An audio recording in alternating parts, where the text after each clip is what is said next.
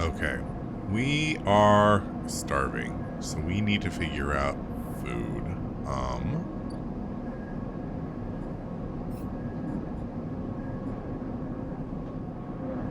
Survive. Yeah, we also need to eat. Where did we take care of starving?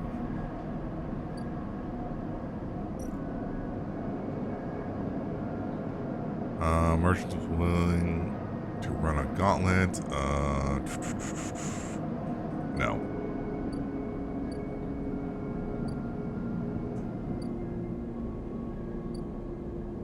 Open market. Ask for directions.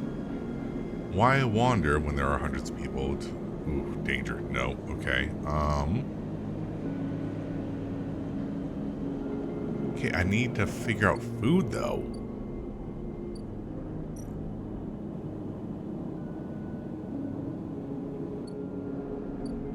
Oh boy. I don't like either of these options.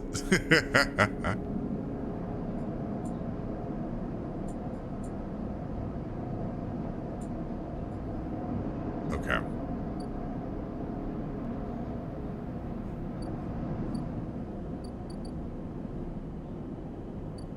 Well, I guess we'll do this.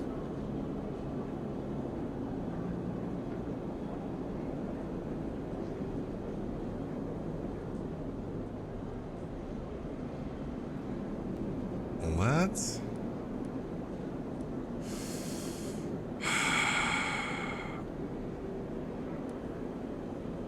feel like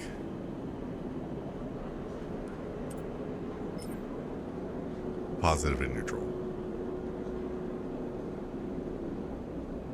Yeah, because if I put that in, it drops down to a 4. So I'd rather go in with the 5 positive neutral. Ooh, wait, yeah. A man corners you with his endless stories about the eye. He asks for a donation and, desperate to escape, you hand him some cryo. Ooh, okay. So then... Ooh, that drops it to... I think we do it. Hey, there we go. Okay. You keep your attention on the crowd around you as you pass along the bright walkways, taking it all in with an expert eye. So, local knowledge, the bright market is, data. No? No? Ah, there we go. New drive. The doctor. Here we go. Next comes the call from the enforcer at the door. You shuffle down the flickering hallway toward the open apartment door. You keep your head down and your shoulders high in the queue, trying not to bring attention to yourself. You were thankful for the tip-off that a doctor was operating out of this place, but now that you are here, you aren't so sure. The gang enforcer on the door, the flickering light strips, the decaying hab block, they have all made the long queue a test of your nerve. But your options are few. Without a supply of stabilizer, this body, your body, will. You suppress a shiver and shuffle forward to the front of the queue. You try to find something to distract yourself. Look at the enforcer.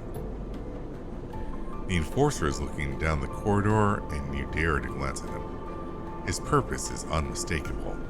He is there to intimidate, to threaten, and if necessary, carry out those threats. His broad shoulders are framed with a metal exoskeleton. A couple of mirror-like implants sit below his eyes like mercenary teardrops.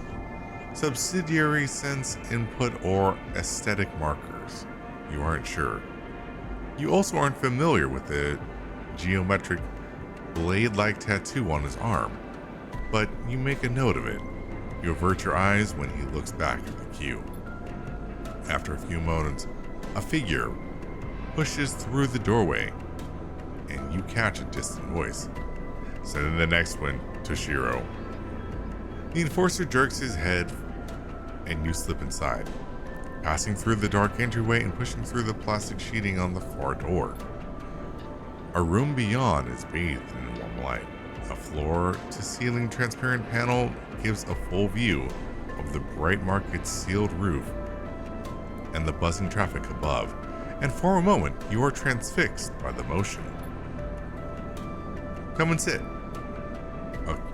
calls a sharp voice, and you see a silhouetted figure turning away, replacing the plastic sheeting over the frame of a simple folding bed. You make your way across the room. The figure turns. As they do, you see an expression of confusion flash across their features. They open their mouth as if to speak. They blink and then quickly regain their composure. Please sit, they gesture to the bed, then turn to an open case of tools on the table. You sit. Sunbane turns a compact diagnosis scanner of some kind in their hand. They hold it to their eye. Remain still, please. Their tone is clipped and businesslike. You stare ahead, still dazed from their expression when you first entered. Fear, recognition, sadness, unmistakably etched across their face. How long have you been on the station? They ask. The scanner still to their eye. A few cycles. They nod. It's good you came to me. They set the diagnostic scanner on the table. I'm going to start by assuming you don't know anything. They take your arm and roll up your sleeve, inspecting your synthetic skin.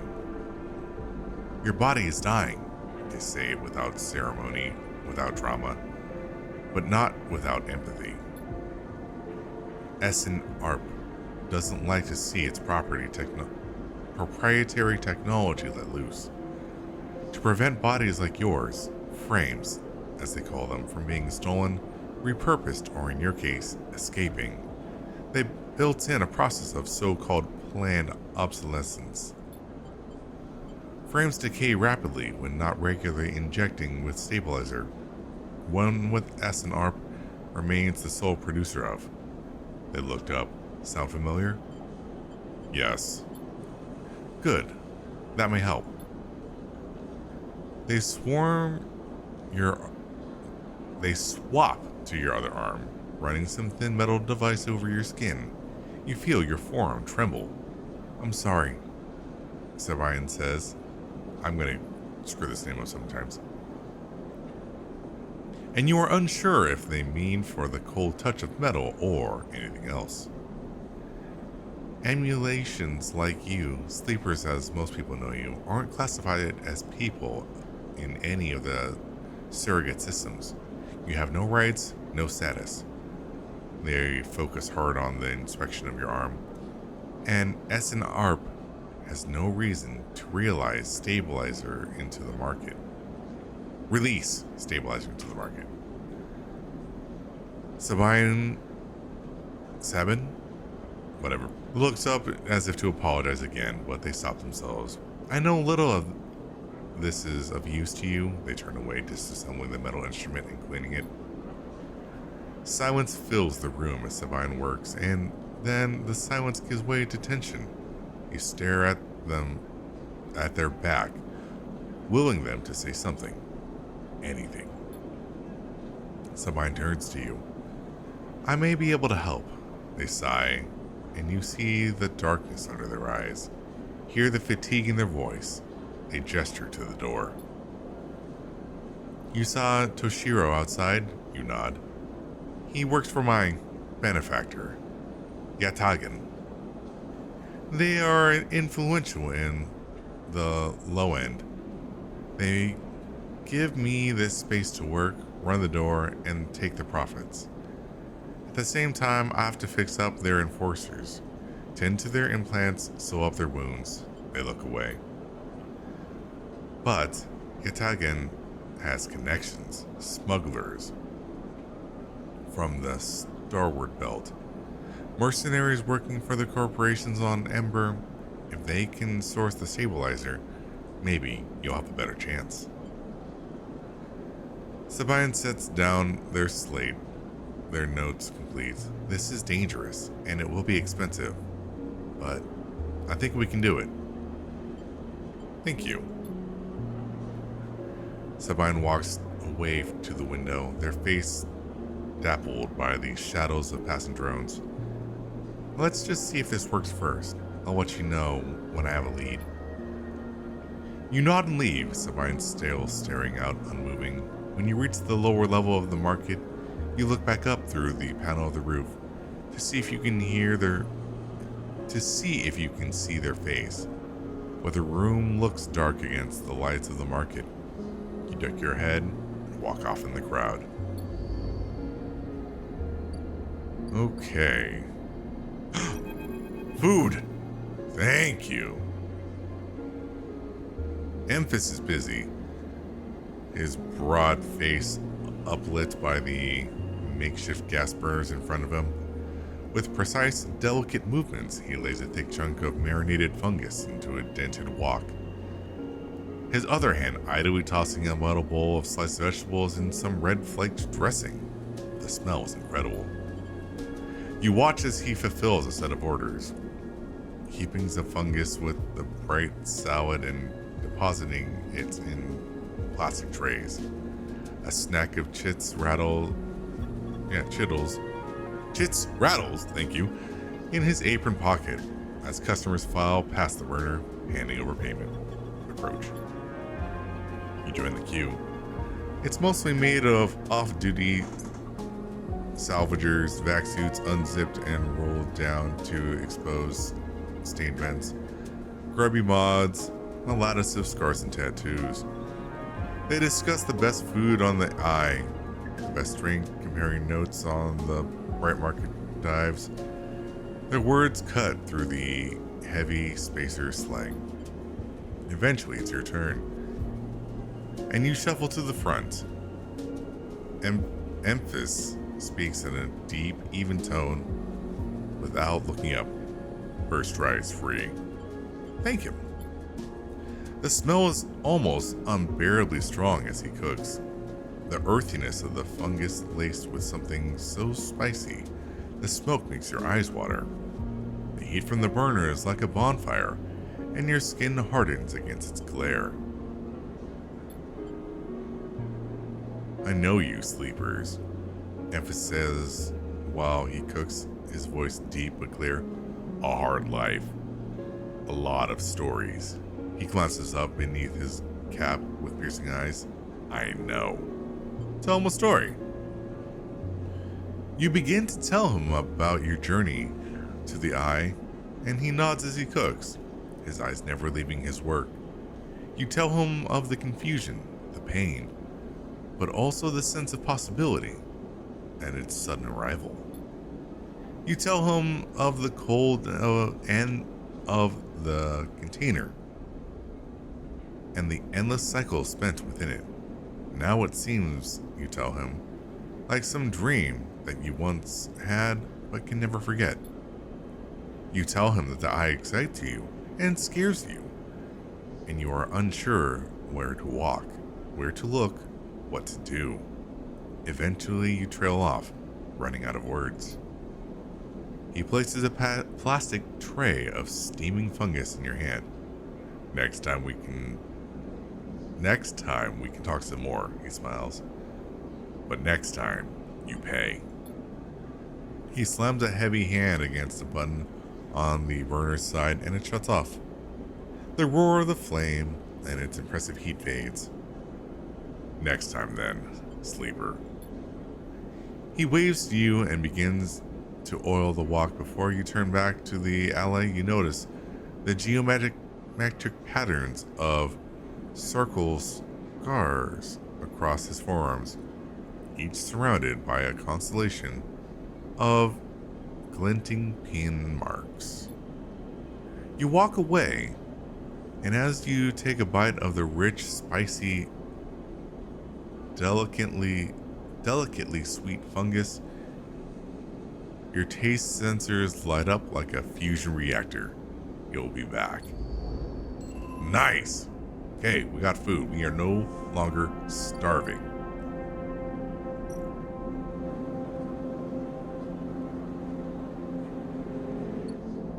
Okay, cool. Well,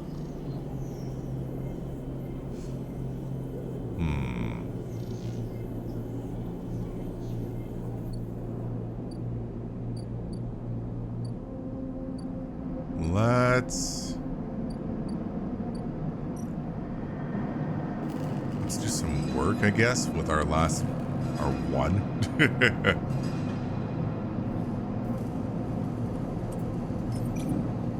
Oof. I mean, it's at least a 2, right?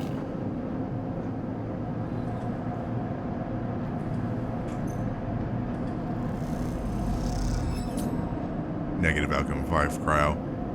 You ache from hammering away at this scrap and most of it crumbles into worthless rust. You call it a day early before you injure yourself. Ugh! Horrible. Alright, end the cycle. Oh, I could have done that. I'll walk to it.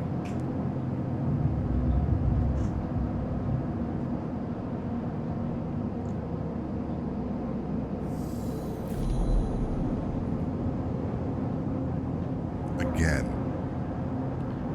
The skeletal rig of the station fills your mind. It sparkles with glittering lights, like stars reflected in a winter lake. It is clearer, crisper than before.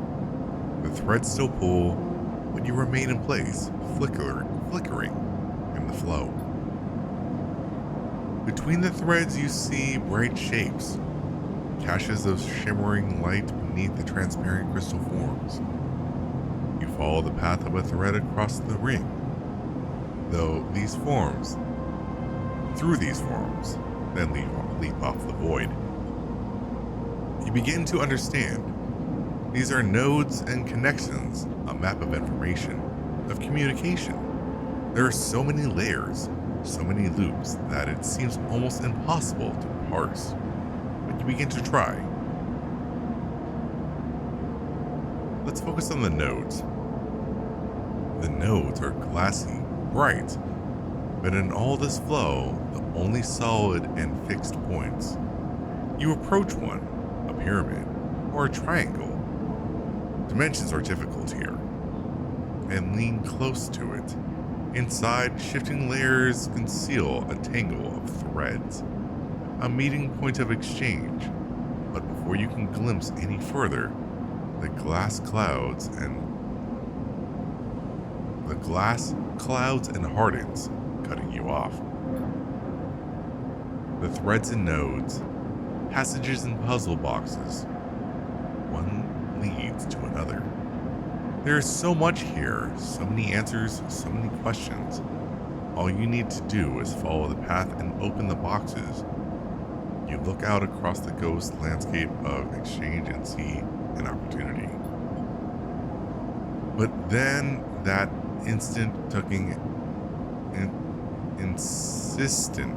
tugging again, pulling at you. You look down and see two threads pulling in different directions as if they were tied around you. The first thread leads out away from the station into the inky black. Someone out there is tracking you, hunting you, following the thread to you. They are in a ship, and the ship is approaching ever closer with each cycle. The second thread leads you in, pulling deep into the station. Your gaze follows it, and this time you see something. A sphere shimmering above a strange angular body.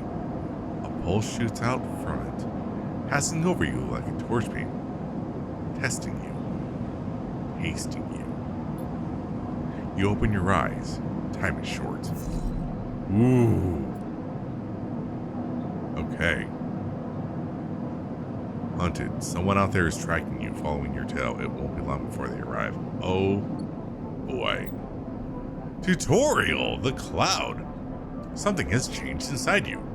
You can now access the data center of the Eye, a network of decaying protocols and data caches. While you can use dice and items to access systems and extract data, be careful, these networks are old and strange. Click the I button at the top of the screen to toggle on and off this view.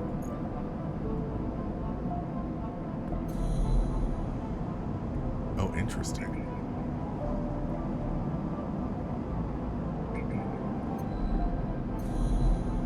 Okay, so I don't know what this means yet. Interesting. No upgrade points yet. Okay, okay.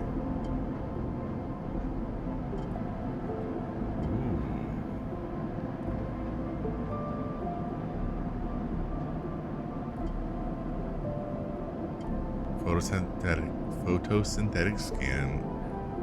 Sunbathe dice action allows energy to recover at home. Oh! Okay. That's what that'll do.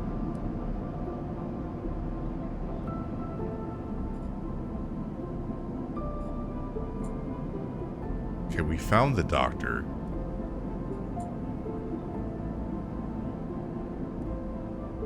How much more does he need?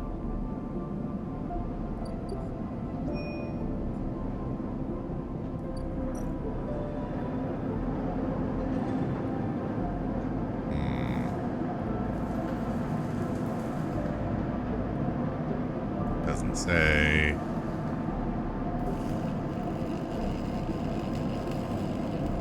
Well, let us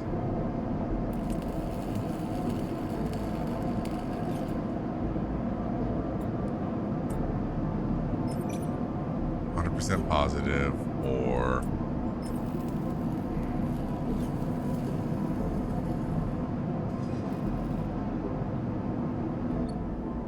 is there any other place that we can make money?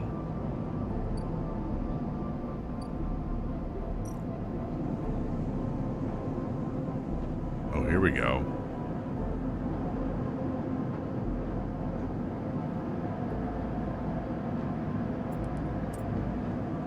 Yeah, we'll do this. Alright, all materials. As a newcomer, you can only gain favor by grabbing a load of materials and asking the nearest yard hand where to take them. Boom. Yard hand and energy. You do well when their shift is up, a couple of hands invite you to share a ration pack and some of their well-worn advice. Excellent.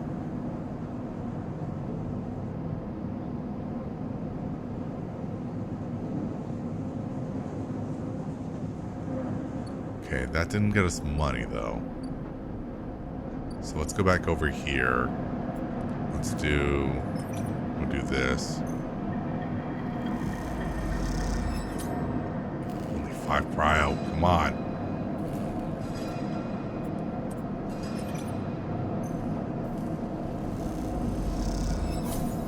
There you go. We're getting there, we're getting there.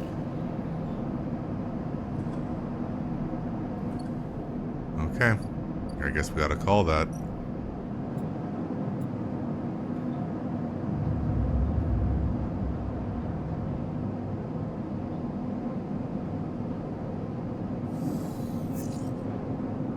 Oof, we're starving again.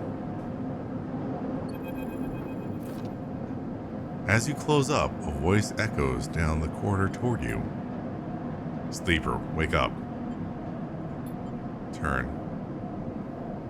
Fang is coming down the corridor toward you, a wonky grin on his broad face. Hey, glad I got you. Do I know you? He grins. You do now. He puts a hand on your arm. I've seen you hanging around, just want to chat. You staying in that thing? He nods back to the container, shaking his head. Rough. It can be hard to get a start on the eye. He looks away down the passage. What was it old Erlin said? The eye opens for us all. Nice idea.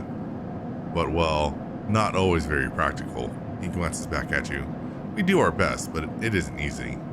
We? You pass together into the main walkway. Haven Age. We are all one dysfunctional family. Fang puts an arm around you. I'm not part of the security branch, though. Don't worry, I'm with systems. Systems? Everything on I runs on. He runs a hand along the passage wall. This place is a ruin, but systems keeps it spinning somehow. At least we try to. He stops you in a quiet passage look. That's not what I'm here to discuss. I saw you around, and well, I know a little about you sleepers. I have a little proposition for you. He glances around, but this is not the place for it. I have an office just across the way. Give me a cycle or two to prepare, then when you're settled, stop by. He lowers his voice and gives you a dark look. In truth, I need you. If what they say is true about you sleepers, well, there's work to be done. He pats you on the back, his voice brightened, his dark look suddenly gone. Stay clean, sleeper. He walks off down the passage, raising his hand in farewell. Interesting.